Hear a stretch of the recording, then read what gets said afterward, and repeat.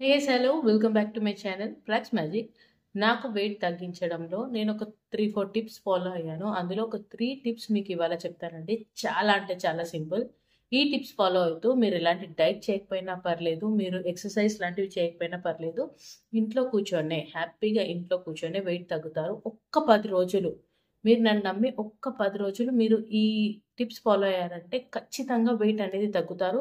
ఈ 10 రోజుల్లో ఖచ్చితంగా డిఫరెన్స్ చూస్తారు. ఇంచ్ లాస్ అనేది చూస్తారు. ఏదో వాటర్ వెయిట్ తగ్గుతుందని నేను చెప్పను.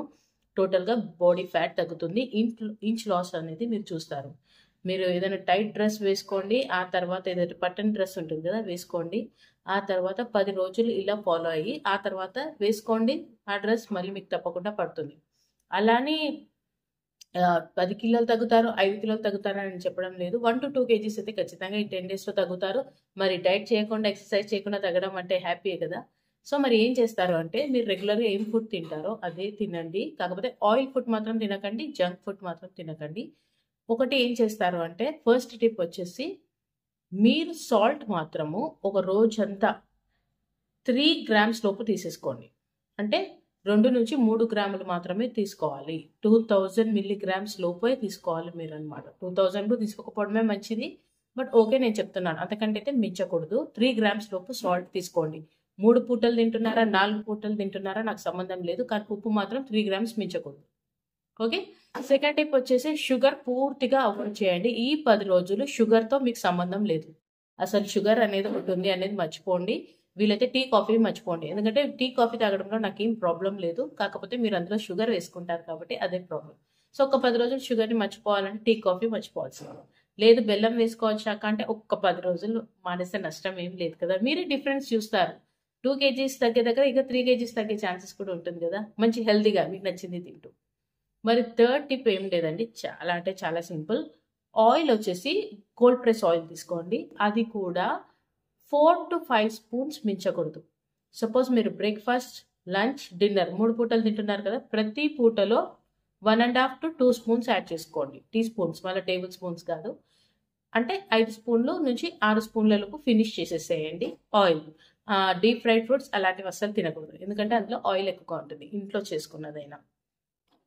మంచిగా మీ ఇంట్లో క్లీన్ ఫుడ్ తినండి. ఆయిల్ ఎక్కువగా 4-5 స్పూన్స్ మించకూడదు. షుగర్ పూర్తిగా మానేసేయండి.